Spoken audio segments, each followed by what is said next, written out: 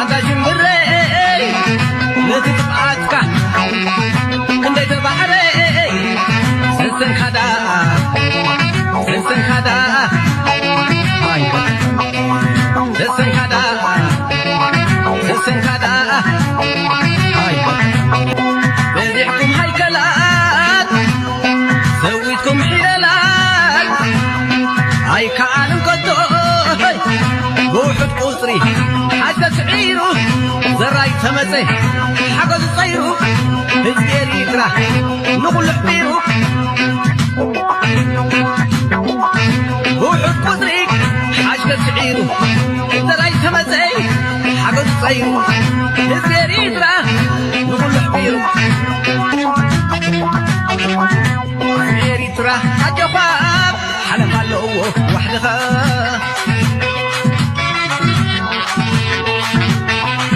بتسنعتك صحبين ادراونك تفدن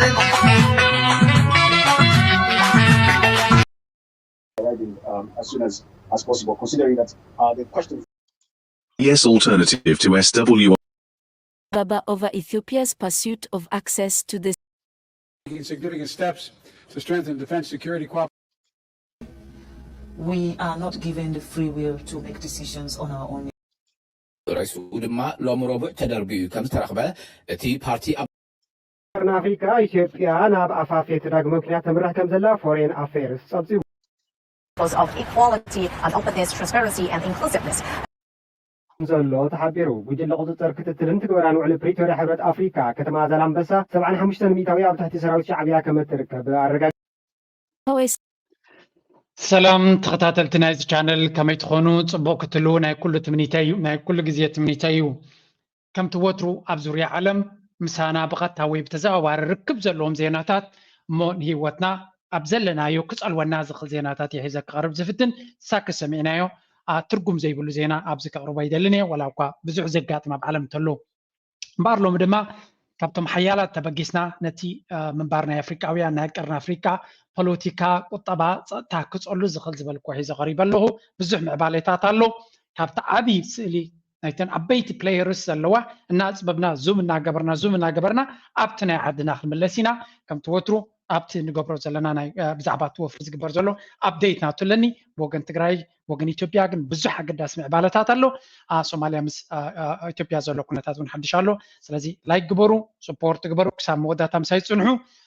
أبديت كبير كم توترو زبو مجمريا كن انتاي كايدو الله بزوريانا مسدتنيا تاز ملكت بزح بريتاتات يوصلو زللن كنه نعوون كنري كنفتنينا سلازي مجمريا بدرجة عالم زقبر زلو كنتات كنري السودما first of all أمريكا نبي قصات خير الله كنرينا ميوجن أبزلن كان زقبر زلو مع كنا زينا غالبا يبون زلو بزني جم. As you mentioned, in a two-day visit to Beijing, Russian Foreign Minister Sergei Lavrov met with both Chinese President Xi Jinping and the Foreign Minister Wang Yi. Well, President Xi told Minister Lavrov that China supports Russia's efforts in combating. الركب أبمنجو بريزيدنتنا تشاينا بريزيدنت شي مسا لوخ ناي راشا بمنستر قدات وزاينا راشا سيرجي لافروف استمر لوخ ولا قامس مزنو منستر قدات وزاينا تشاينا تراخيبن تنبري اب ذا سيم غزي دما ناي امريكا تريجر سكرتاري عدت اب تفصملو زنبرت بريزيدنت شي قدامنتنا راشا مخانو نخجلص يلو مستي لوخ ناي راشا تمسرخبه ابز مصوان دما فلاديمير بوتين ون نتشاينا كمص مخانو يزنجر زلو سلازي كلتين هاجرات نزلون زمدنا نبزل على درجه مالتيلاترال استراتيجيكاوي ننوح استمته شركنتن كعززا خمزغنا بمنصر دما اب قطبا نصرواناتن اب مونغو كلتين ترادي كونس بدرجه عالم كغبرو زخلا زلوا سغمتي حنتا قداسي سغمتي كابن صنيلنا كنرينا ابز دما زركب زدما اتركب نبعلو حدا عبي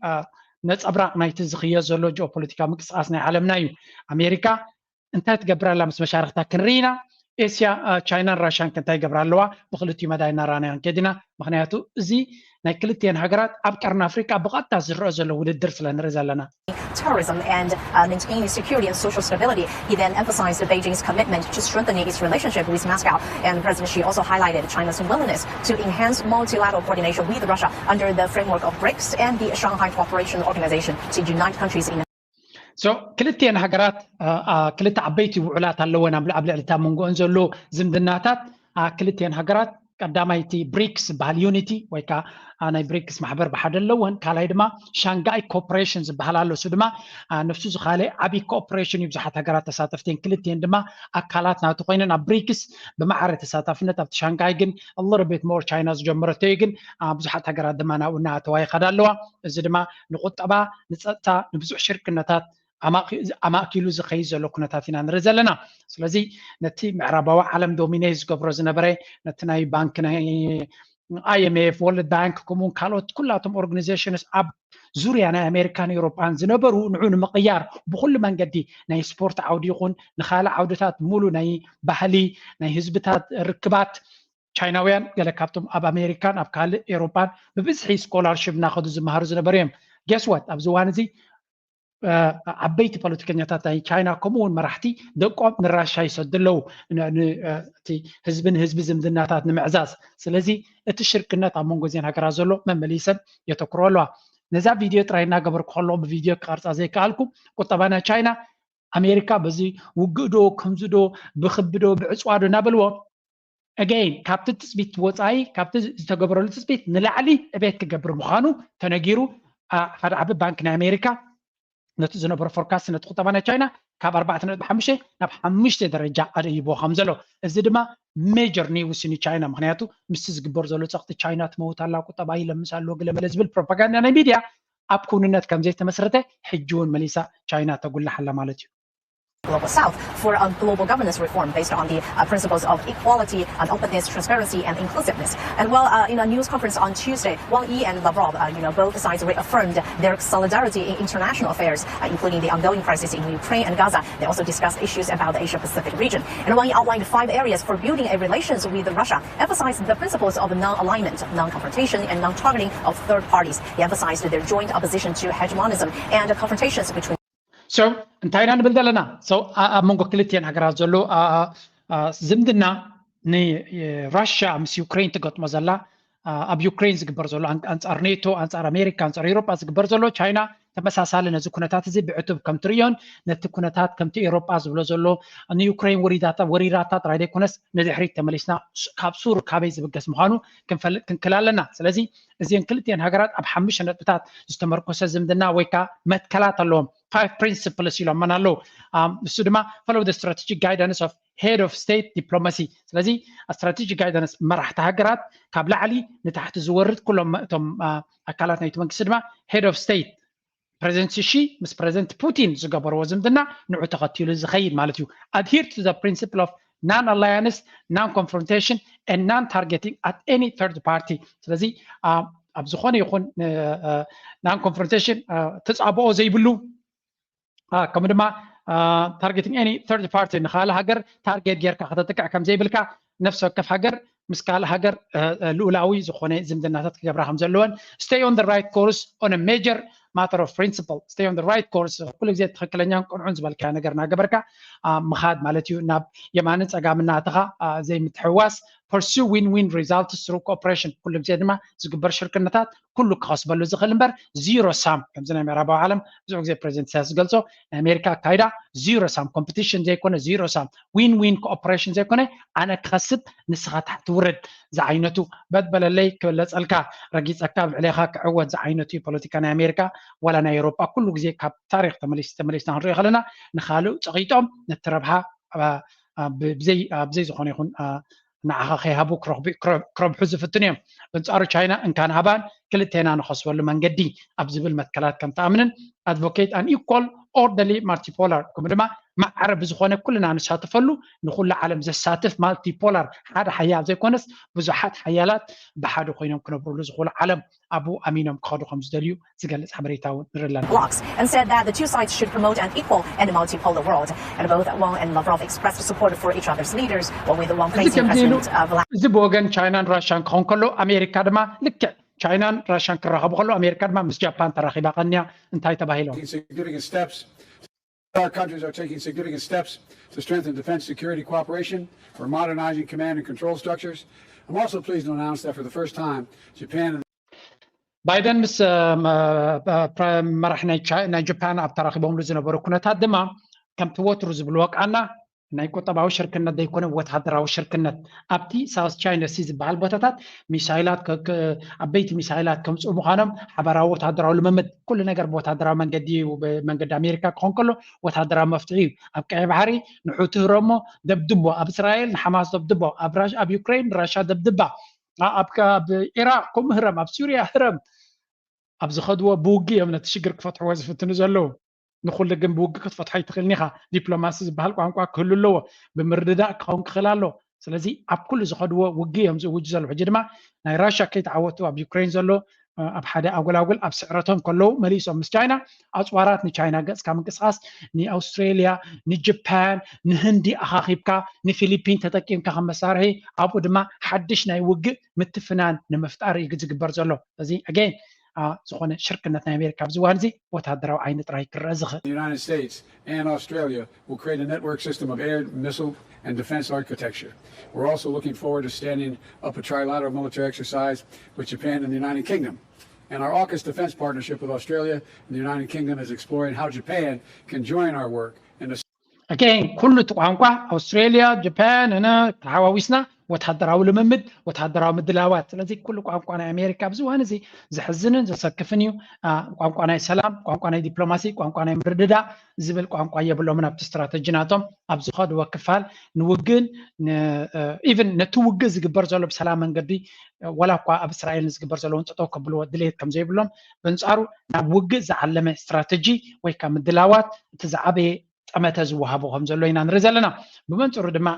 ኣብ ቀርኒ ኣፍሪካ ክንመፅእ ከለና ለንቀነ ዘሎ ኩነታት ድማ ነዚ ኩነታት እዚ ናበይ ገፆም ኣሜሪካ ክደፍእሉ ከም ዝኽእሉ ብዙሕ መግለፂታት ከውፅኡ ጀሚሮም ኣለዉ ሓደ ካብኡ ድማ እዚ ናይ ፎሬን ፖሊሲ ዝብል ወፂኡ ዘሎ ብዛዕባ ኢትዮጵያ ፅኒሕ ኢልና ክንሪኦ ኢና ብመንፅር ካብ ላዕሊ ንታሕቲ ክሪኦ ስለ ዝደሊ ዘለኹ እየ second pillar, which focuses on advanced capabilities, including AI, autonomous systems. The AUKUS military bloc comprised of Australia, the UK, and the US has also said it wants Japan to take part in its framework. That country's prime minister has, however, walked back potential direct involvement with the alliance, saying no decision has been made. So again, AUKUS በሃልካ UK ኣሜሪካ ኣውስትሬልያ ጃፓን ክታቱ ሕጂ ድማ ንህንዲ ክእትዉ ገለ ይፍትኑ ኣለዉ ስለዚ ኩሉ ነገር ብዓይኒ ሚሊተሪ እዮም ዝርእይዎ ዘለዉ ከምቲ ዝድለ ድማ ይኸደሎም የለን UK ቁጠባናቶም ኣብ ሕማቅ ኩነታት ኣሎ ጃፓን ኣብ ሕማቅ ኩነታት ኣሎ ናብ ብሪክስ ገጾም ክኣትዉ ይደልዩ ኣለዉ ካልኦት ኣውስትሬልያ ንባዕሎም ፅቡቅ የለውን ኢኮኖሚካሊ ነዚ ሕጂ ዝኽዮ ዘሎ ወታደራዊ ዓቕሚ ድማ ኣየዋፅኦምን ኣየድልዮምን እውን እዩ ስለምንታይ أستراليا أبتكا تشاينا يا زلا تزعبي الشركات مس تشاينا كلهم زدليو actually ني أمريكا تليمو برايم مينستر كابتس بيتنا أمريكا وصاي ني تشاينا قيد مس تشاينا كنجد 5% شيء تراخي بنيرو أزارة بارس سقين نيرو بتقين بتجن again أمريكا كل حيلة ني تشاينا كمي جركا كونتين تجبر كمي جركا تقاصرة كمي جركا أبناء كحصور توايا تبدلا بنصارو تكون النت جن نبي قصي خيدالو هجي كنرينا تكون النت نساتهم نزك حسب خلو الرياليتي جن نبي قصي خيدالو حدش مجلس كابريكس وصدما كنرينا دحريو نبتني أفريقيا جزنا هم لسنا ES alternative to SWIFT can dethrone US dollar the BRI, CEZLA, and is working towards the creation of an alternative payment system for the US and the Western-dominated SW. ልክ ኣሜሪካ ኣብ ዝተፈላለየ ኣንኬላት ናይ ውግእ ኣብ ዘላትሉ ግዜ ብሪክስ ብፍላይ ራሻን ቻይናን ብዝቐልጠፈ ፍጥነት ነቲ ናይ ዶላር ዕብለላ ዲዶላራይዜሽን ዝበሃል ኮንሰፕት እናበርትዐ ይኸይድ ኣሎ እሱ ድማ ኣብ ንግዲ ናይ ዓለም ናይ ዶላር ቦታ ኣሊኻ ብዘይ ዶላር ክትነግድ ምፍታን እዚ ድማ ሓደ ዓብይ ፅቡቅ ዜና እዩ ንሃገራት ኣፍሪካ ነተን ዝምዕብላ ዘለዋ ሃገራት ምክንያቱ ዶላር ኣሜሪካ ብድሌታ ክጠዋውዮ ትኽእል መሳርሒ ክነሱ ነተን ሃገራት ኣፍሪካ ወርቀንን ጨርቀንን ሸይጠን ክረኽብዎ ዝኽእላ ወረቐት ኣሜሪካ ግን ኣብ ዝደለዮ ተደቂቕን ሰዓትን ፕሪንት ክትገብሮ ትኽእል ፋጤራ ስለዚ ንዑ ገዲፍካ ኩለን ሃገራት ብማዕረግ ክነጋሉ ዝኽእላ ንሱ ድማ እንተስ ብፀጋናተን እንተስ ብቴክኖሎጂናተን እንተስ ብፍሉይ ብቕዓትናተን ንኣምበር ብወረቐት ሓደ ወረቐት ፕሪንት እናገበረት ሓደ ግን ካብ ከርሲ መሬቱን ካብ ኩሉ ረሃፁን ደሙን ኣፍሲሱ ዘውፅኦ ፀጋታት ብወረቐት ክቕይር ከሎ እቲ በዓል ወረቐት ድማ ዝደለየ ጌም ብወረቐት ክፃወት ከሎን ንዝደለዮ ክእግድ ከሎን ገንዘብ ናይ ካልኦት ብዘይሕካብ ሕጊ ወፃኢ ኣጊዱ ንኻልእ መዓላ ከውዕል ከሎን እዚ ቅቡል ኣይኮነን ስለዚ ኣሜሪካ እትኸዶ ዘላ ብብሪክስ መመሊሱ ቻሌንጅ እናጋጠመ ይኸይድ ኣሎ ገለ ካብቲ ስጉምቲ ብዙሓት ሃገራት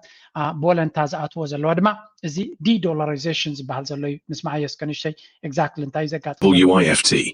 The system is currently under work and more details about its development could be revealed in the next summit in October.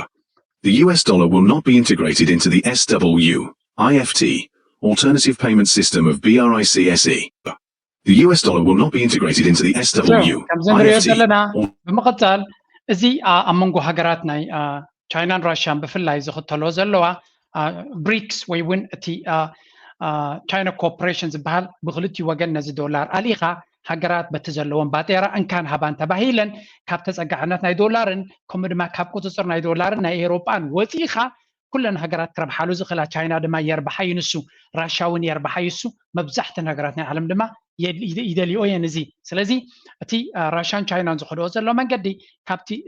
تشاينا بتي AU KUS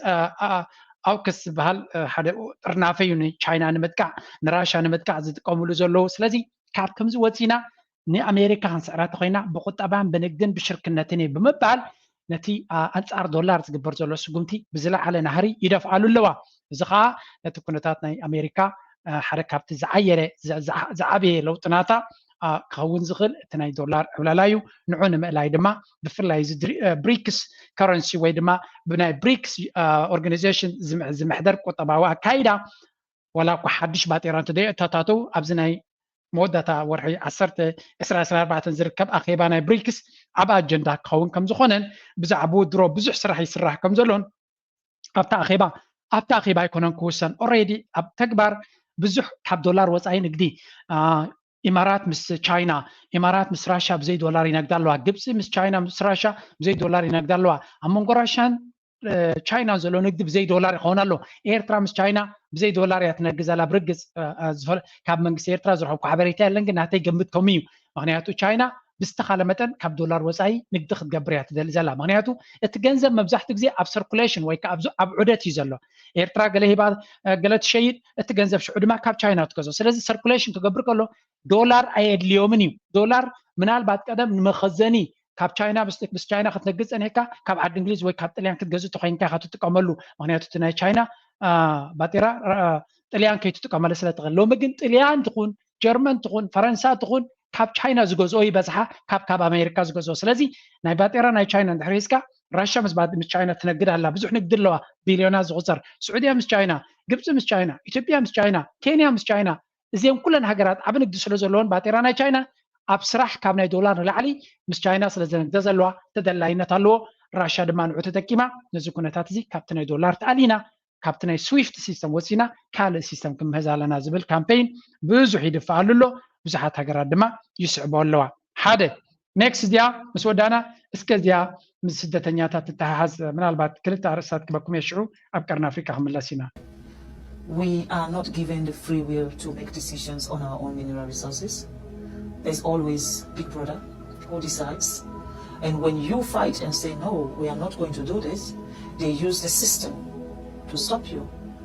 It's either the same. First Lady Waika said President Sierra Leone, يعتبر دلا أفريقيا هجرات نتز أملاك ذهب الناس أجتات نخنت كمو كم دليتنا كنت كملو أيفك على الناني كل جزء تسعنا لو أنتن هجرات ثم بوليتيكا نياتات نربحنا هجرات أفريقيا نخي سرعو نتن دوليو دي كونسي نتي كمزمزوز دولي من قد خن كتل كن كلالنا بفلا يدما ديمقراطية وين هجرات أفريقيا اتزعبي يتسقمنا توم زيو سقطاتنا توم كنت كماي كلونيوم سلمنتاي اتمرحنت كتمت عب ديمقراطي بقليلو مانيبوليت جبر سلتغل مسيخة نتي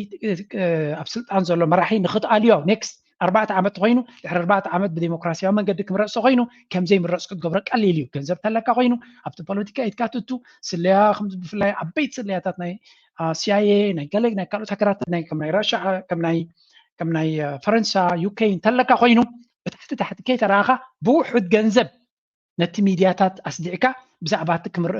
نربحنا يتحجر السرح زلو ألو تاو كافريج تراي إنفسترس أو خمسياتو فلا يدما بتكامبانيتات نايتعدد ما بناي دقة إنفسترس أمريكاوين إنجليزاوين فرنساوين زونون تقينهم بتبوليتيكانيا قالن تيلو إنفستين قبرنا بزعدي كامبانيتاتنا نبكالخ نوزينا نابلكا بتبوليتيكانيا ناس أزخونا من قد نخيمرت كم دليت كاتس أوتلو بتبوليتيكانيا دليت كم قبرون نحيت رايب سلطان برون دحيل كام دما ديمقراطيا ونفعيزي بالتعمي كندولنا كبر كنبلنا نابلو يتعقلو ولا ديكتاتور يكون ولا 10 عامات ولا 3 عامات سلطان يسنا تاقام يبلومن ስለዚ እዚ ዓይነት ስለ ዝኾነ እዛ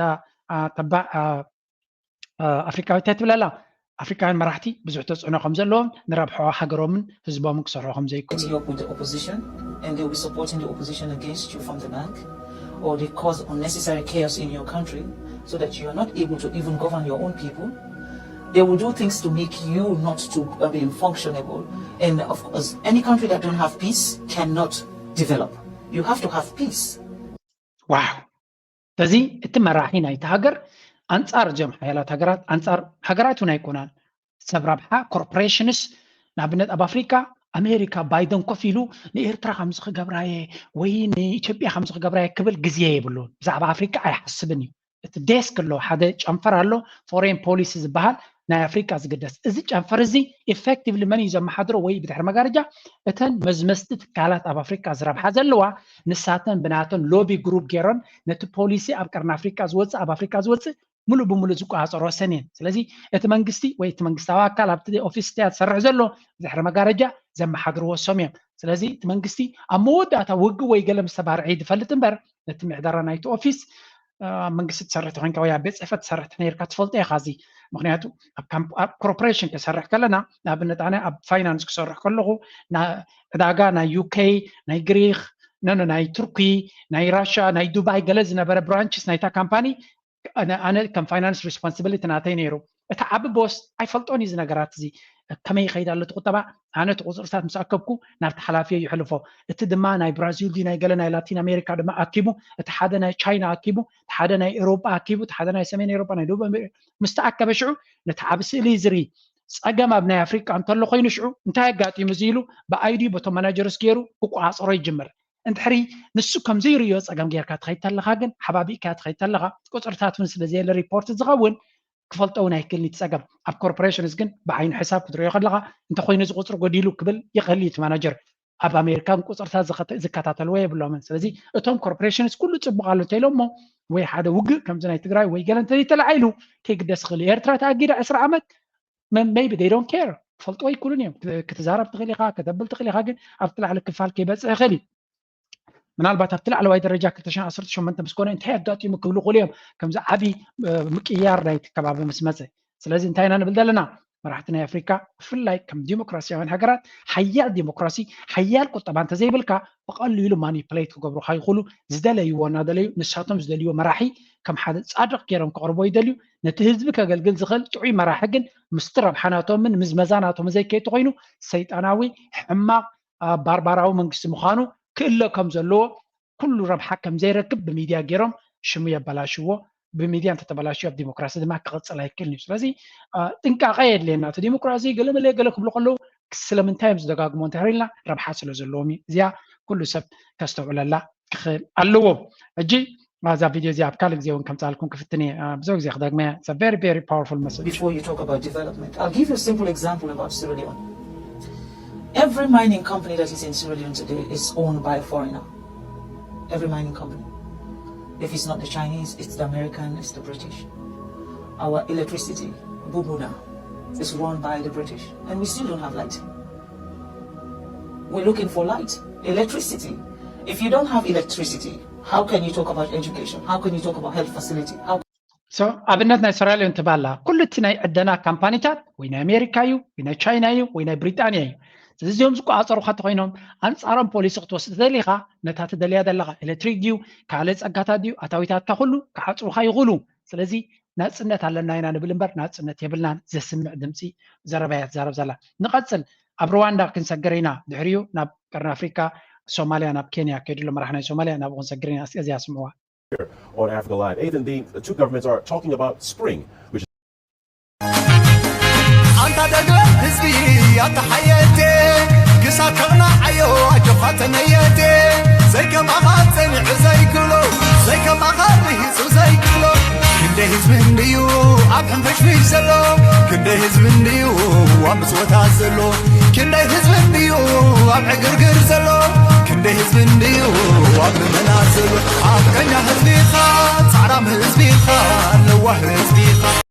ትኽክል ክንደይ ህዝቢ ኣብ ሕንፍሽፍሽ ዘሎ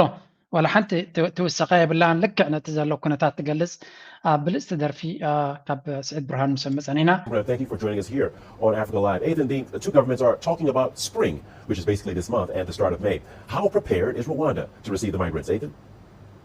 Richard, actually, we expected the first flights to arrive at a later date of this month, according to what the Minister of Justice told CGTN about 3 weeks ago after the passing of the big bill by the lower chamber. That bill on migration partnership between Rwanda. أمانغو رواندا يوكين سممع كم استجبرين نوح وان كزارب تانعيون السدمة أتوم ورقات زي بلون ويكاب بروسس ناي ورقات مركاب جل زلو سدة تنيات تبع الإنجليز رواندا 250 مليون زأكل جنزب سممع جيران عاخد كفلة اتساب عب كنا عبد الإنجليز كوينو دسبة عب رواندا كوينو بروسس ناتو كسالت كم زلو تسمامعهم درو عبزا ورح ربعته ويون ورح مشته قدامي فلايت كاب عبد الإنجليز ناب رواندا كبر مخانيز نقرزلو أبز عجي بزو حسب رواندا شيء أنا يتهجر no it's a business as simple as that رواندا opportunity ليها يكع كم تتسقطاتنا أفريقيا مزميزم وصلوا أفريقيا رواندا دما نتوم سدتنياتات process ناتهم عبد الإنجليز أبيك وقفهم ويأبيك صدام تبلني زنبرت ما مارت ستة رواندا دما أنا بوتهالني أبسك قبلهم يخلي لسكلك يعني الصوم كم تبع عندهم تجبروا زلهم مغنيات جزا خراي قال ما لعب عبد الإنجليز كبر سلزقونه رواندا وديهم لك كم تتدليوا غيركم كتودوا لهم دحرقينكم أنا قبل لكم كامبك فترة لكم خليه لا نرب حناتا كامب غيره سلزي إزي رواندا جميرات الله أنت حرزنا عبد الإنجليز رواندا سبقوا دحرقيدو I'm very very sure كاب طليان كاب أوروبا كاب جرمن كم زخ جمر مخانو ات بروسيسات ناب أفريقيا غيرهم مسرح نايتي أسايلم ويكانايت عقبة محتات أب أفريقيا قبروا ويم أب أفريقيا سلزلوا دما تسعنى باللومن سلزي زد اليوم يوزون تسترفه أنتي قبروا ويم I don't know بحجي كفلت حفشاقن رواندا بربحاناتا تتكمل لازم كناتات زي بفلوي نتسأل إناي سدتنيا زلهم زقول لك كناتاتيو سدتنيا يدلون يوم زلهم زد لينا سدتنيا تات بعلنا مريسنا إنا خنقبل دلنا يبلو بقدر حكي مالت بسدت على ناس صبغ سلزلقة ورقة سلزلقة زي الناس لازو ستكا كتبلوني يقوم تهكل حقهم ونعلم أفريقيا جن كم زعينت مع بسدت كحلف الله كم زي كل كردانا خلاله بقول لك حلف الكاخليا بيوروبا سرعتنيا ناي كونستراكشن ديو ناي هنصا ديو ناي سريد ديو ناي زخونه سراح رقيبكا دموز رقيبكا غزاها سدراها قال تخليها صبغ يحما غايكون بخمس جن افريقيا حلف الله يكلني سلازي اتكوناتاتتي اب كل قواني سدد اوروبا حبرتون حدش حقي بزعبا رفيجه محلالي فلو كلها تنتمساسال حق كلون كم زغونه سلازي اب سد زل حسب اتكوناتات ناتغير يزمت زلو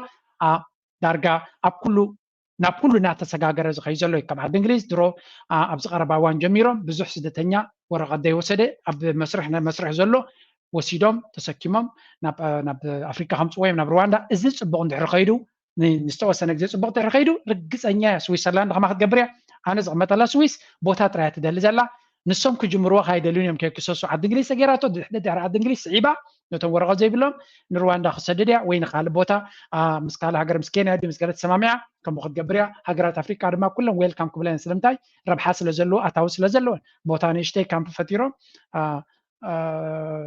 كاب طليان ديو كاب بلجيوم ديو كاب هولندا ديو كاب سويدن ديو كاب سويسرلاند وسيدهم هذا 5 مليون 100 مليون زوتو تقولون تمن قصات جنجبي زقدسم ስለዚህ ከም ገብሪዮም እዚ ከም ቅቡል ጌርና ክንወስዶ ክንክላለና እቶም ገበን ዝወሰዱ ሰባት ውን ርግፀኛ ኣብ ዓድና ካብ ዝእሰሩ ኣብ ኣፍሪካ ከይዶም ክእሰሩ ኣለዎም ብምባል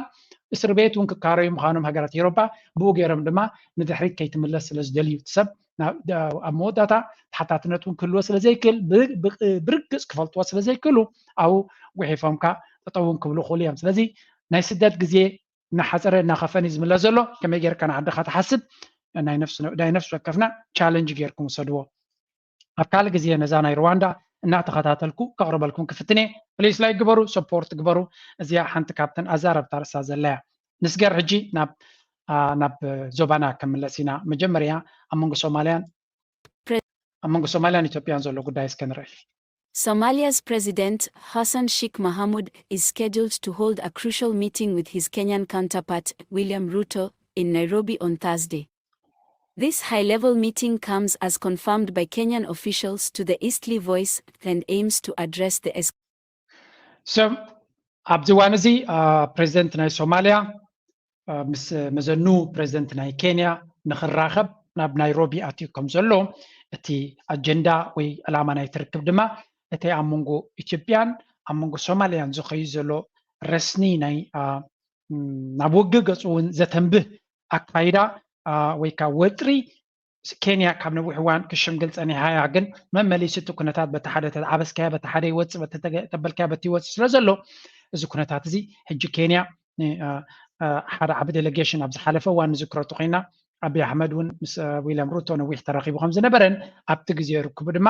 ምስ ናይ ሶማልያ ክራኸብ ድሌት ከም ዝነበሮ ግን ናይ ሶማልያ ፕሬዚደንት ድሌት ከም ዘይብሉ ክረኽቦ ገሊፁ ነይሩ ነቲ ኤምኦዩ ክሳብ ዘይገደፍካዮ ርክብ ኣይድልን ብምባል ገሊፁ ነይሩ ኣብዚ እዋን እዚ ግን እንደገና እቲ ኩነታት ኬንያ ብዝተኻለ ትደፍኣሉ ከም ዘላ እሞና መቐፀልተናቱ ኢና ንርኢ ዘለና escalating tensions between Somalia and Ethiopia as well as other pressing regional issues. The diplomatic efforts by President Ruto have been underway quietly to de-escalate the brewing dispute between Mogadishu and Addis Ababa over Ethiopia's pursuit of access to the sea through the breakaway Somaliland administration. The meeting follows Somalia's recent So ከምዚ ንሪኦ ዘለና እቲ ኣብ መንጎ ኢትዮጵያን ሶማልያን ዘሎ ኩልና ንስዕቶ ኣይኮነን እቲ ብሶማሊላንድ ዝተገበረ ኩነታት እዩ ሶማሊላንድ ክሳብ ሕጂ ነቲ ዲል ከም ዝደልይዎ ብዙሕ ከም ዝፅዕሩሉን ብዝተኻለ መጠን ክፍፀም ከም ዝደልይዎ ሶማልያ ግን መርገፂያ ክትቀይር ከም ዘይከኣለትን እሱ ከም ኢሉ እናሃለወይ ኣብቲ ቋም ናይቲ ሃገር ለውጢ ስለ ዝገበሩ ድማ ኣብ ድሕሪቲ ሶማሊላንድ ሕጂ ድማ ካልእ ፑንትላንድ ዝበሃል ካብቲ ፌደሬሽን ናይ ሶማልያ ክወፅእ ብምባል የፈራርህ ከም ዘሎን ነቲ ኣብ ውሽጢ እታ ሶማልያ ዘሎ ኩነታት ድማ ወጥሪ ፈጢሩሉ ከም ዘሎን ነቲ ኣልሸባብ ዝበሃል ሓይሊ ድማ ንክትንሲ ይገብሮ ከም ዘሎን እቲ ኣልሸባብ ዝበሃል ድማ ካብ መሰረቱ ካልኦት ሃገራት ምትእትታው ክገብሩን ሶማልያ ሓድነታን ርግኣታን ንኸይዓቢ ሓደ ዓቢ ባእታ እዩ ስለዚ ኣልሸባብ ዝበሃል ኩሉ ግዜ ንሶማልያ ንድሕሪት ንምምላስ ኣብ ሕንፍሽፍሽን ሽግርን ንኽትነብር ዝገብር ባእታ ስለ ዝኾነ ሕጂ እውን እንተኾነ እቲ ናይ ኣልሸባብ ዝበሃል ዘረባ ናብ ብርትዒ ይኸይድ ኣሎ ንሱ ድማ ነተን ሃገራት ካብ ዝተበገሰ እዚ ሽምግልና ክረክብ ዘለዎ እዩ ሃገራት ኣፍሪካ ድማ ሽግረን ክፈትሓ ኣለወን እዚ ጉዳይ ናይ ኢትዮጵያን ሶማልያን ክፍታሕ ኣለዎ እዩ ዝብል በቲ ኮይኑ በቲ ግን እቲ ፅቡቅ እኳ እቲ ሕማቕ ናይ ሶማልያ ወይ ናይ ኢትዮጵያ እኳ ኢኖም እኒአን ኢና ግን ናይ ኤርትራ ግን ቁሩብ ዕረፍቲ ሂብዋ ቀኒዩ ምክንያቱ ናይ ሶማሊላንድ ካብ ዝጅምር እዩ ጉዳይ ናይ ኤርትራ ገዲፎሞ ክንብል ንኽእል ግን ኣይገደፍዎንካ ሕጂኻ ብመንገዲ ሓንቲ ምስ ጀሚራ ኣላ ክትሪእዋ ኢኹም ፅነ ኢልኩም expulsion of Ethiopia's ambassador in Mogadishu and the directive to shut down 2 consulates, one in the semi-autonomous Puntland region and the other in the breakaway Somaliland region. The disagreement stems from a port agreement and Somalia has deemed Ethiopia's interference in its internal affairs as a violation of its independence and sovereignty. The discussions between the two leaders will undoubtedly focus on finding a peaceful resolution to the political tensions between the neighboring countries. Although unconfirmed, there are reports suggesting that Ethiopia may reconsider its position on recognizing the breakaway region. So, ሓደ ካብቲ ክግበር ዝኽእል ብዓለም ደረጃ እውን ፀቕጢ ዝግበረላ ዝነበረ ኢትዮጵያ ኣብቲ ኣብ ሶማሊላንድ ክትገብሮ ንሶማሊላንድ ከም ሃገር ተቐባልነት ክትሓስቦ ዝነበረት መርገፂያ ክትቅይር ከም ትኽእል ትፅቢት ይግበረላ ምክንያቱ ሶማልያ ኣብቲ ዲስካሽንስ ክናቱ ተቆይና ወላ ዓለም ሙሉእ እውን ከም ዝደገፈቶም ልኡላውነት ወይ ድማ እቲ ቻርተር ናይ ሕብረት ኣፍሪካ ይኹን ናይ ዩኤን ኣነፂሩ ዝብሎ ልኡላውነትን ግዛኣታዊ ዶብን ክኽበር ከም ዘለዎን ሶማልያ ድማ ኩሉ ትጠልቦ ዘለዋ ብዓለም ደረጃ ኢንተርናሽናል ደገፍ ከም ዘለዋ ኢትዮጵያ ከዓ በዚ ትኸዶ ዘላ ለንቀነ ኣብ ዩናይትድ ኔሽንስ እውን ንኢትዮጵያ ንምርዳእ ተባሂሉ ኣኼባ ይግበር ስለ ዘሎ ብድኽነትን ሽግር ናይ ተዓዲግ ብኢሱ ተኣኪቦም በቃ ቤንተ ማርያም ክበሃል ስለ ዝኾነ ስለዚ ከምኡ ኩነታት ወዲእካ እንተለኻ ከመይ ጌርካ ከምዚ ክትኣቱ ትኽእል ዝብል ኣብ ኩነታት እዩ ኣብ መንጎ ሶማልያን ኣብ መንጎ ኢትዮጵያን ዘሎ ሽምግልና ገፁ ይኸይድ ኣሎ ናበይ ገፁ ክበፅሕ እዩ ንግዜ ንገድፎ እዚ ግን ሓደ ካብቲ ኣብቲ ዞባ ዘሎ ኩነታት ጥራይ እዩ እቲ ካልእ ኩነታት ናይ ኢትዮጵያ እዚ ኣብ ዝሓለፈ እውን ዝሰማዕናዮ እስከዚያ ስምዕዋ ሕጂ ነት ክፍሊ ፖለቲካዊ ጉዳያት ግንባር ናጽነት ኦሮሞ ዝኾነ ባቴ ኡርጌሳ ትማል ሰለስተ ቀቲሉ ርእሲኡ ድማ ሎሚ ረቡዕ ተደርቢዩ ከም ዝተረኽበ እቲ ፓርቲ ኣብ ዘውፅኦ መግለፂ ፍሊጡ ወዲ 41 ዓመት ባቴ ምስ ፈረንሳዊ ጋዜጠኛ አንቶኒ ጋሊንዶ ብ22 ለካቲት ን15 መዓልታት ድሕሪ ምእሳሩ ኣብ ዝሓለፈ ወርሒ እዩ ብዋሕስ ካብ ማእሰርቲ ወፂኡ ወዲ 41 ዓመት ባቴ ኣብቲ መበቀል ዓዱ ዝኾነት ከተማ መቂ ናይ ምብራቕ ሸዋ እዩ ተቐቲሉ ኣቐዲሙ ብሶሉስ ምሸት ብመንነቶም ዘይተፈቱ ሰባት ካብቲ ዝነበሩ ሆቴል ምውሳዱ ንስድራ ቤቱ ብምጥቃስ ምንጭታት ይሕብሩ ኮሚሽነር ኮሚሽን ሰብኣዊ መሰላት ኢትዮጵያ ዝኾነ ዶክተር ዳንኤል በቀለ ነቲ ኣሰቃቂ ኢሉ ዝሰየሞ ቅትለት እቲ ፖለቲካዊ ሓላፊ ቅልጡፍ ምርመራ ክግበር ኣብ ማሕበራዊ ገጻት ኤክስ ኣስፊሩ ጻውዒት ኮሚሽን ሰብኣዊ መሰላት ኢትዮጵያ ንክልላዊ መንግስቲ ኦሮሞን ፌደራል መንግስትን እዩ ግንባር ናጽነት ኦሮሞ ንምቕታል እቲ ፖለቲካዊ ኣባል መሪሕነት እቲ ፓርቲ ኣመልኪቱ ኣብ ዘውፅኦ መግለጺ ተሓታትነት ዘይብሉ ቅንፀላ ላዕለዎት ፖለቲካውያን ከም ሃጫሉ ሁንዴሳ ዝኣመሰሉ መራሕቲ ባህልን ኣንጻር ተወላዲ ኦሮሞ ቐጻልን ንምዕፋኖም ዝግበር ሰንሰለታዊ ወፍርን እዩ ክብል ገሊጽዎ እቲ ኣቐዲሙ እውን ካብ ግዜ ኢህወደግ ድሒሩን ብተደጋጋሚ ግዜ ምእሳሩ መዛግብቱ ይሕብሩ ኣብ 2022 ራቋፅራ ፈረንጂ ካብ ማእሰርቲ ብምኽንያት ጥዕኖ ምውፅኡ ኣገልግሎት ዜና ፈረንሳይ ኣስፊሩ ኣሎ ካብ ሰበስልጣን ክልል ኦሮሚያ ይኹን ካብ ፌደራል መንግስቲ ኢትዮጵያ ዛዕባ እዚ ዝተዋሃበ ርእይቶ የለን እዚ ድምፂ ኣሜሪካ እዩ እዚኣ እታ ሓንቲ ዝረኣኹማ ሓበሬታ ክትከውን ከላ ሓደ ካብቲ ኣብ ኢትዮጵያ ፈኸም እናበለ ናብ ካልእ መንገዲ ዝኸይድ ዘሎ ኩነታት ክንርኢ ኢና ቅድሚ ምስ ኤርትራ ዘሎ ምርኣይና ካልእቲ ኣገዳሲት ኣርቲክል ድማ ወፂኣ ኣላ ንሳ ድማ ኣይቦነ መጀመርያ ነዚኣ ሞ ክትርእዩ ድሕርያ ናባ ክንሰግር ክንፍትን ኢና ቃቲሎ ኣረቕቲ ዝኾኑ ሕማም ኣባዚሖም ፈውሲ ዝዕቅኑ ንኼና እንደጊፎ ንቑኑዕ ዘቕንኑ ቀደም ዝፈልጦም ቆርበት ከይተኸድኑ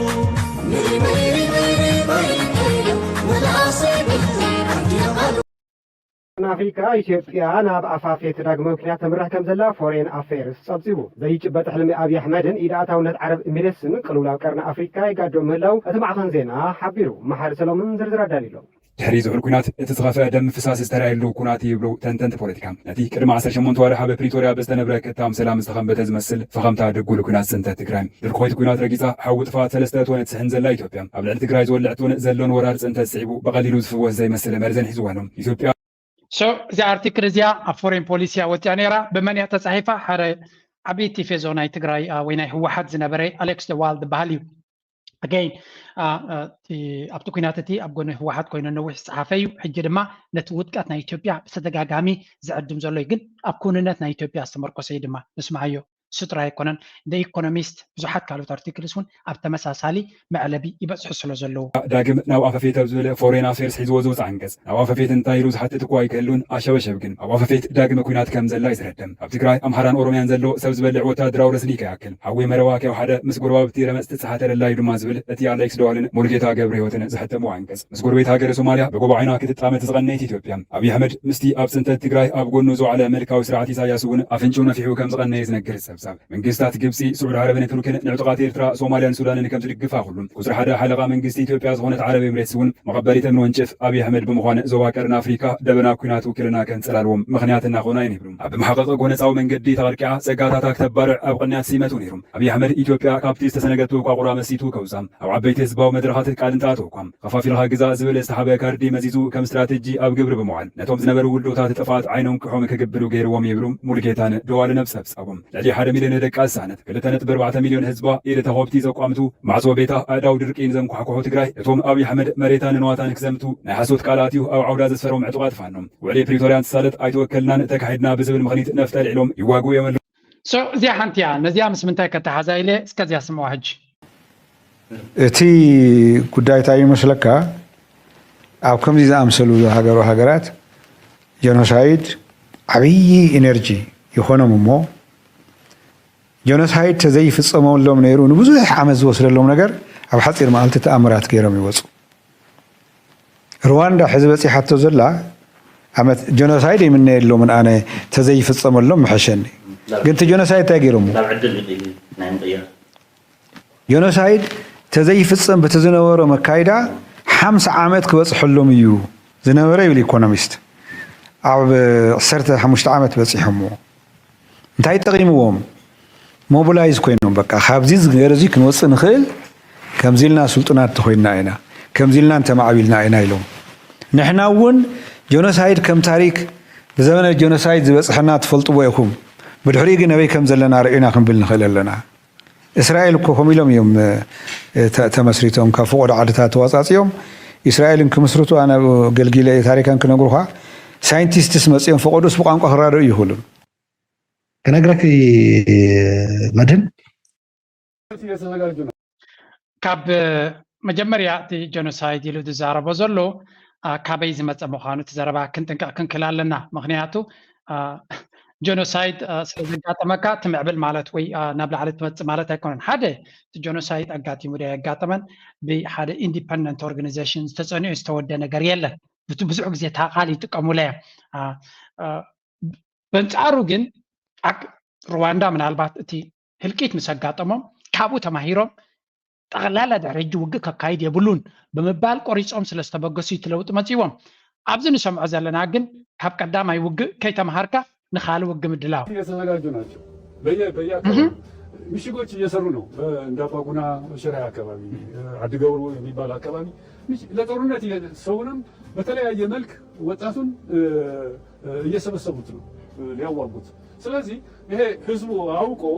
እምቢ ከእንግዲህ ወዲህ ጦርነት በቃን ችግሮች በሰላም እንፍታ ብሎ መነሳት አለበት እነዚህ ሰዎች ስለዚህ again ዚያት ራይስ መዋ አመለካከት ስልጣንና ሀብት የለመዱ ስለሆነ ስልጣንን ሀብትን ዝለመደ መርሕነት ናይ ትግራይ ሕጂ እውን ውግእ እዩ ዝዳሎ ዘሎ ካብኡ ተማሂሩ ካለ ነገር ክገብር ኣይንፅበየኒ ናይ ዝብል ዘሎ ስለዚ እቲ ዝብልዎ ዘሎ ዘረባ መጀመርያ እቲ ጀኖሳይድ ኣብዚያውን ኣንተ በኮሊፈኩም እምበር ኣባ ከለዉ ፅቡቅ ጌሮም እዮም ዘነፅርዋ ቅድሚ ኣብ 2010 ግን ሰብ ነጊርዎም ነይሩ ነዚ ጉዳይ እዚ ስምዕዎ ዝፃላ worries we have and I say this with real sincerity is because this is effectively a Tigrayan takeover of the whole country. Do you know who is going to eventually pay for this? The Tigrayans. Tigrayans will become hated in the country. እኛ በጣም የምንፈራ ታይዝብል ዘሎ ኣብ 2010 እዩ ስልጣን ኩሉ ተወለድቲ ትግራይ ቢሒቶም ኣለዉ ሃብትና ኢትዮጵያ ተወለድቲ ትግራይ ቢሒቶም ኣለዉ እዚ ግን ሓደ መዓልቲ ኩሉ እቲ ዋጋ ህዝቢ ትግራይ ይከፍሎ እናበለ ተዛሪቦም ነይሩ እዚ ሰብ እዚ ድማ ኣብ ናይ ህልቂት ናይ ሩዋንዳን ናይ ብሩንድን ነቲ ንዑ በቀረባ ዝፈልጦ ዝነበረ ሰብ እዩ ስለዚ እቲ ዝዘርዎ ዝነበሩ ተገምጢሉ ሓደ መዓልቲ ኢትዮጵያውያን መፅኦም ኣብ ልዕሊ እቲ ህዝቢ ትግራይ ብዙሕ ሕማቅ ክገብሩ ከም ዝኽእሉ ነጊርዎም ነይሩ ንስማዓዮ ንሽተ አው ለትግራይ ህዝብ ነው ከልቤ ነው ምላችሁ ዛሬ አገሪቷን በሙሉ ይዘዋት ያሉት እነሱ ናቸው ለዚህ ሁሉ ማን ዋጋ የሚከፍል ይመስላችኋል ራሳቸው ትግሬዎቹ ናቸው ምክንያቱም በህዝቡ ዘንድ ይጠላሉ እኔ ሩዋንዳ እና ብሩንዲ ነበርኩ ወረዳ ኢሮብ ተወሰኽቲ ቦታታት ይግብት ከም ዘሎ ተሓቢሩ ጉጅለ ቁፅጥር ክትትልን ትግበራን ውዕሊ ፕሪቶሪያ ሕብረት ኣፍሪካ ከተማ ዛላምበሳ 75 ሚእታዊ ኣብ ትሕቲ ሰራዊት ሻዕብያ ከም እትርከብ ኣረጋጊፁ ኣብዚ ጉዳይ ተወሳኺ ዝርዝር ኣለና ጉጅለ ቁፅጥር ክትትልን ትግበራን ውዕሊ ፕሪቶሪያ ሕብረት ኣፍሪካ ቅድሚ 5 ዋርሕ ነይሩ ናብ ከተማ ዛላምበሳ ዘምርሐ ኣብቲ ዝሓለፈ ሰሙን ድማ ድሕሪ ውዕሊ ሰላም ፕሪቶሪያ ንኻልኣይ ግዜ ንከተማ ዛላምበሳን ወረዳ ጉለ መኸዳን ንምዕዛብ ዕድል ረኺቡ እዩ እቲ ጉጅለ ኣብ ፃንሒቱ ምስ ምምሕዳራት ከተማ ዛላምበሳን ወረዳ ጉለ መኸዳን ተዛትዩ እዩ እቲ ተድማ ኣብ ኣፈጻጽማ ውዕሊ ፕሪቶሪያን ኣብ ትሕቲ ወራሪ ሰራዊት ሻዕብያ ዝርከብ ህዝቢ ትግራይ ዝርከበሉ ኩነታትን ማእኸል ዝገበረ ከም ዝነበረ ከንቲባ ከተማ ዛላምበሳ ኣይተ ብርሃኑ በርሀ ገሊፆም ከንቲባ ብርሃኑ ንኣዲስ ስታንዳርድ ከም ዝገለፅዎ ምስ ጉጅለ ሕብረት ኣፍሪካ ዝተኻየደ ዘተ ወተሃደራዊ ኮማንደራትን ምምሕዳር ጣብያታትን ኣብ ዝተረኸብሉ እዩ ተሳሊጡ ብምዃኑ ድማ ብዛዕባ ሰራዊት ሻዕብያ ተቆፃፂርዎን ዝርከባ ከተማ ዛላምበሳን 6 ጣብያታት ወረዳ ጉለ መኸዳን ከምኡ እውን እቲ ወራሪ ተቆፃፂሮም ኩሉ ቋንቋ ንውግእ ዝዕድም እዩ ትሪእዎ ኣለኹም እዚ ብውዕል ናይቲ ኮሚሽን ዶብ ዝሓንፅፆ ኩነታት ኤርትራ ኣብ ዝግባእ ቦታ ከም ዘላ ይጠቕስዎን እዮም ስለምንታይ ካልእ ድራማ ክሰርሑ ይደልዩ ስለ ዘለዉ ምክንያት ክፈጥሩ ይደልዩ ስለ ዘለዉ ተደጋጋሚ እቲ ንሪኦ ዘለና ኣገይን ኣነገይን ኣብ ተመሳሳሊ ነጥቢ ዝወርድ ዘሎ ኣብ መእተዊ ከተማ ዛላምበሳ ዘለዎ ስትራቴጂካዊ ኣቀማምጣ ዝዳሰሰ ምንባሩ ከንቲባ ብርሃኑ በርሀ ተዛሪቦም ከመገላልፃቶም ከንቲባ 75 ሚእታዊ ከተማ ዛላምበሳ ኣብ ትሕቲ ሰራዊት ሻዕብያ እቲ 25 ሚእታዊ ድማ ኣብ ትሕቲ ሰራዊት ኢትዮጵያ ይርከብ እዚ ጉጅለ ቁፅፅር ክትትልን ትግበራን ውዕሊ ፕሪቶሪያ ሕብረት ኣፍሪካ ኣብ ዝገበሮ ምርመራ ዝተረጋገፀ ምዃኑ እውን ተሓቢሩ ኣሎ ካሊእ እቲ ጉጅለ ዘተየሉ ዛዕባ ጉዳይ ሻዕብያ ፀላኢ ይበሃል ፀላኢ ኣይኮነን ኣይግምቶን ኣይሓስቦን ኣነ ንዓርሰይ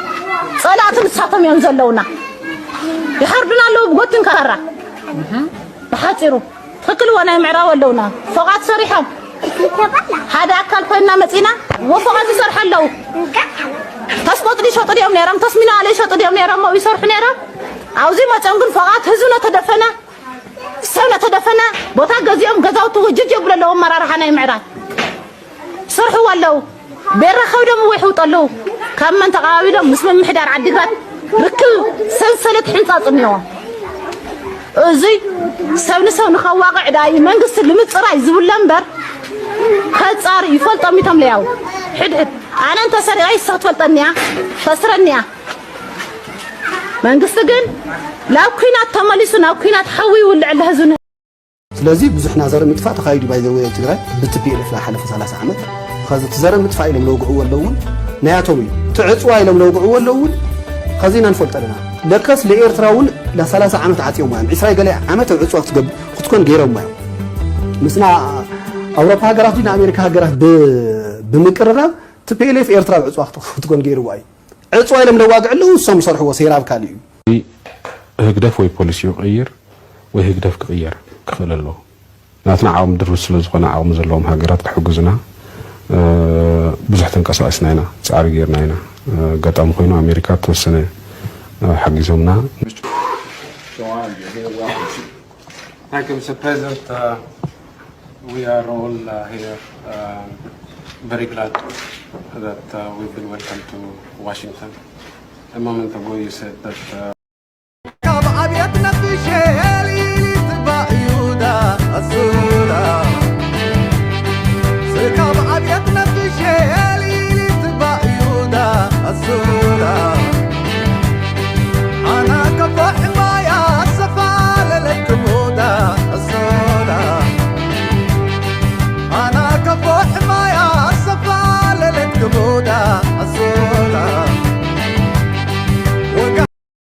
ብሎ እንትን የሚሉ ሰዎች አሉ እንደው ባንተ እይታ እንደው ኤርትራ ከዚህ በኋላ መጥቶ ወደ ኢትዮጵያ ጦርነት ውስጥ የሚጨመርበት አጋጣሚዎች ይኖራሉ ብለህ ታስባለህ ወይ ኣብዚያ ካላ ሓንቲ ሕቶ ኤርትራ ተመሊሳ ከም በሓድሽ ውግእ ትፈጥር ትኸውን ዶ ዝብል ሓሳብ ኣለካ ዶ ንዝብል እስከ ክምልስ ስምዕዎ ይኸውልህ ኤርትራ 20 ዓመት ጥላቱ የኤርትራ ህዝብ እንዲበተን የሚፈልገው በመለስ ዜናዊ በተከተለው ስትራቴጂ ነው ይሄ ስትራቴጂ መጥፎ ስትራቴጂ ነው ህዝብ እንደ ህዝብ መበተን ስህተት ነው ይኸውልህ ሁሉ ነገር ወዴት ነው ያደረጉት ወደ ህዝቡ ነው ያደረጉት ወደ ህዝብ የኤርትራ ህዝብ የኢትዮጵያ ወንድም ነው አይደል እንዴ የኢትዮጵያ ወንድም ነው የህዝባዊ ግንባር የሻዕቢያ ዋና ጥላቱ ህዝቤን እንዲበተን የሰራ 20 ዓመት ህወሓት ነው ብሎ ያምናል ለዛም ራሱን የፈጠራት ፕሬዚዳንት ኢሳያስ ነው የፈጠራት እንጂ ወደ 4 ኪሎ ቤተ መንግስት ያመጣት እሱ ነው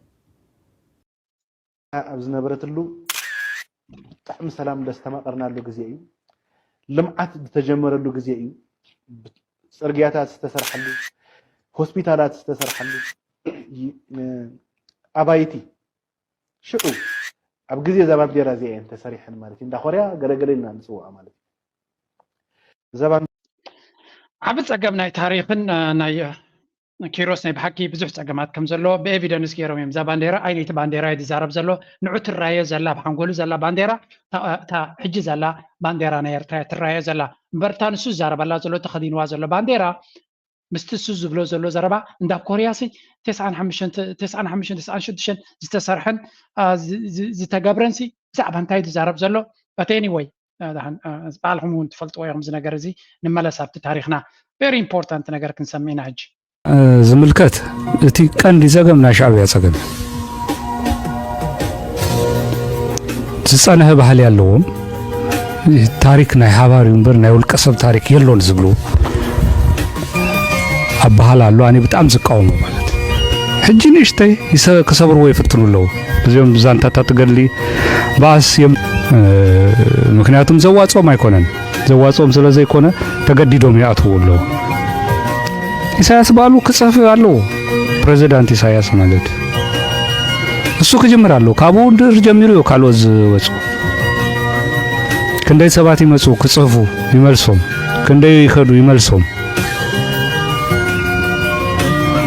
ቶም ጀነራላት ክጽፉ ኣለዎም ውጩ ከይዱ ኣነ ዘራርበዩ ነረ ሕራይልን ነይሩ ውጩ ናይ ውጩስ ንምንታይ ቀድሜና ቦ ከይደ ብዙሕ ኣለዎ ናይ ውጩ ግን ፍሉዩቲ ባህሪኡ እሱ እንድህር ሓሊፉ እቲ ኣዘራረባ ክትረከብ ኣይትክእልን ካብ ሰነድ ክትረከብ ኣይትክእልን ናይ ውጩ ቃላት አገላለጻ ሳኔ ሬደለየ ካብ ሰነድ ትርከብ አይኮነትን እሞ ሕራ ይለኒሱ አኔ እንዳተመላለስኩ ነሬ ብዜና ሰሜ አሪፉ አብይ መጽሐፍ ተቃጽሉ ይለ ማለት ከይተነበበ بحق زقرم يوم بزح تاريخ يزحلف زلو I really hope نبعلو خميلو ناتزارب خلو يحلفو سلازي إيرترا بزح تاريخ دوكومنتد كون زقبا بزح صبوك عقب زقبو أي تعقبنا له مباركن كتلينا ابتناي مودة تكفالنا فيديونا بس إحنا لنا ما تشم أتي زخيز زلو مصدعتي نعو زقلس حبريت هاد ما كل زي تنكفى بينا نحلف زلنا يو كابت مالين اللومي كابت حلفين نابزي شحن 514 سبات ريسبوند جيرو مالو قبر ملسي بمالو تلزي تقصري نوسخي خيدالو اتي درجة بس حيزول لجنزب كي تسنبدو بحكي زقرم كنتاتينا نرزلنا أبزي نريد لنا اتم 100 شح كقبر زقلو نابكل تميتن 4 تسجع مالو اسرا شح وي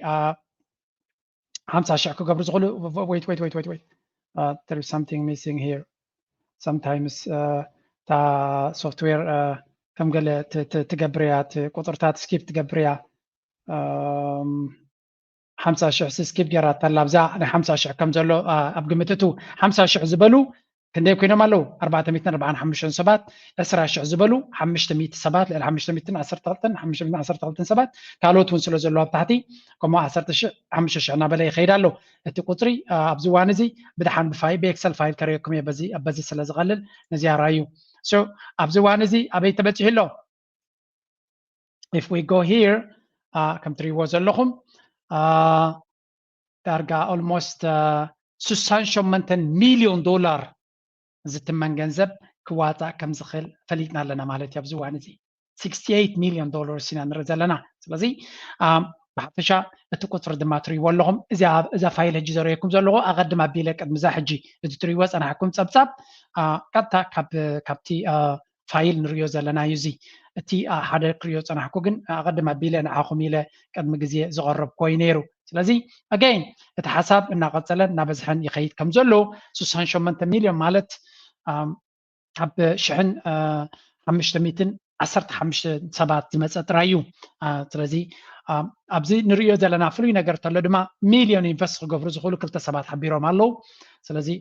ኤርትራ ብዙሓት ሚሊዮነራት ኣብ ኣፍሪካ ከም ዘለዋ ኣብ ኤውሮጳውን ኣብ ኣሜሪካውን ክልዋ ከም ዝኽእሉ ግምት ኣለኒ ኣብቲ ናተይ ትምህርቲ ናይ ስቶክ ማርኬት ብዙሓት ዓቕሚ ከም ዘለዎም እውን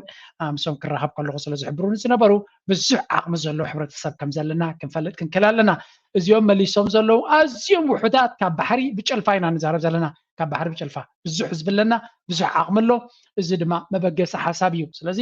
ብዛዕባ ወፍሪ ናይ ኤርትራውያን ክበሃል ከሎ ፅቡቅ ጌርካ ኦርጋናይዝ ጌርካ ከተበግሶን ከተነቃቅሖን ድሕሪ ክኢልካ ብቐሊሉ ብዙሕ ዓበይቲ ነገራት ክንገብር ከም ንኽእል እዩ ዝረኣየኒ ንቐፅል እስከ እዛ ለበዋዝያ ንስማዕያ ኩሉ ግዜ ከምፃ ክፍትን እየ ድማ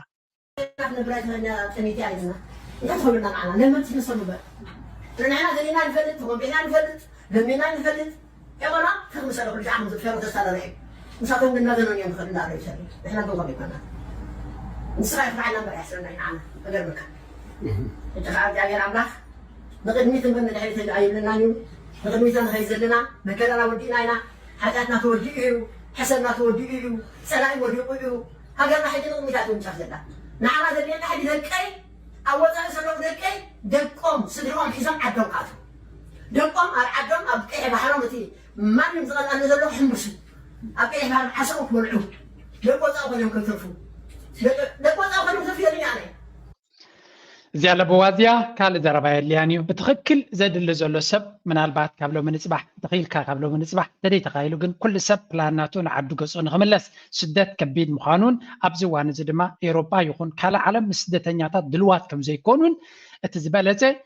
أبسدت بس بزخانة مغنيات مسينا أنت لنا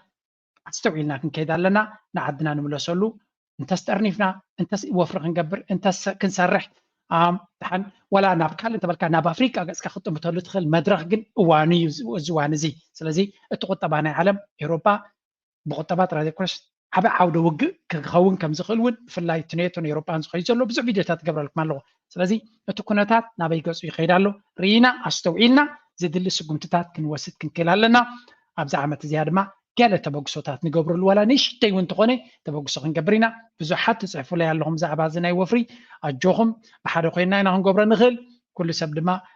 ድልውነቱ ክዕዝዝ ኣለዎ ክንዲዚኦም ሰባት ኢሎም ክንዲዚ ሰባት ሓቢሮም ክንብል ከለና ዝተወደአ ነገር ኣሎ ማለት ኣይኮነን ብዙሕ ነገር ኣሎ ክንገብሮ ዝግባአና ብዙሕ ነገር ኣሎ ኦርጋናይዝ ክኸውን ዝግባእ ግን እቲ ተበግሶ እንታይ ከም ዝመስልን 68 ሚልዮን ዓበ ገንዘብ እዩ ሃገራት ምሉእ ተኣኪበን ከማን ክንዱ ንክሕግዛ ብዙሕ ግዜ እንታሽሙ ዝኾና ስለዚ እዚ ነገር እዚ እዚ ኸ ንእሽተይ ክፋል እዩ ካብ 1500 ሰባት ኢና ንዛረብ ዘለና ኢማጂን 10,000 ሰባት 20,000 ሰባት እንድሕር ተኣኪቦም ክንምንታይ ገንዘብ በዚ ንሪኦ ዘለና ገምጋም ተሪናያ ቢልዮን ልዕሊ ቢልዮን ገንዘብ ብቐሊሉ ክወፅእ ከም ዝኽእል ካብ ኤርትራውያን እዚ ኸ ከምዚ ንፅድቂ ኢልካ ትገብሮ እውን ኣይኮነን ረብሓ እውን ክገብረልካ ንዓኻ እውን ጥቕሚ ክፈጥረልካ ዝኽእል ኩነታት ምዃኑ ክንግንዘብ ክንክእል ኣለና እናበልኩ ናይ ሎም ኣርእስቲ ኣብዚ ዝኹዴ ፕሌስ ላይ ግበሩ ሰፖርት ግበሩ ዝሓበሬታ ናብ ካልኦት ስደድዎ ብዙሕ ሰብ ክነቕሓሉን ከስተውዕለሉን ክመሃረሉን ክፈልጠሉን ዝኽእል ስለ ዝኾነ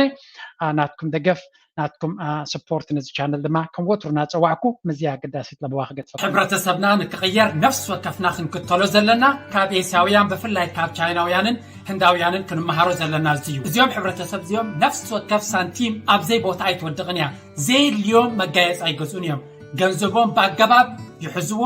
ኢንቨስት ይገብርዎ ስቶክ ማርኬት ከምኡ ክሪፕቶ ኣዝዩ ኣገዳሲ ኣብዚ ካልኣይ ንሶምን ደቆምን ኣብ ትምህርቲ ብፍላይ ድማ ኣብ አይቲ ኣብ ኢንጂነሪንግ ኣብ ቢዝነስ ዝለዓለ ተኩረልዎም ዳትስ ዋይ ድማ ማይክሮሶፍትን ጉግልን ብህንዳውያን ከምኡውን ኣብ ካልእ ኤስያውያን ዝመርሑ ሳልሳይ ድማ ነፍሲ ወከፍ ዘለዎም ገንዘብ ኣብ ዓዶም ገዛ ድዩ ቢዝነስ ብምህናፅ እዮም ዝዓብዩ ነዚ ክሕግዝ ዝኽእል ዝተፈላለዩ ፕሮግራም ኣለና ከምኦም ንኽንዓቢ ክንክተሎን ክንመሃሮን ዘለና እውን እዩ ስለዚ ተጠቀሙሉ ይብለኩም ቴንክ ዩ ቨሪ ማች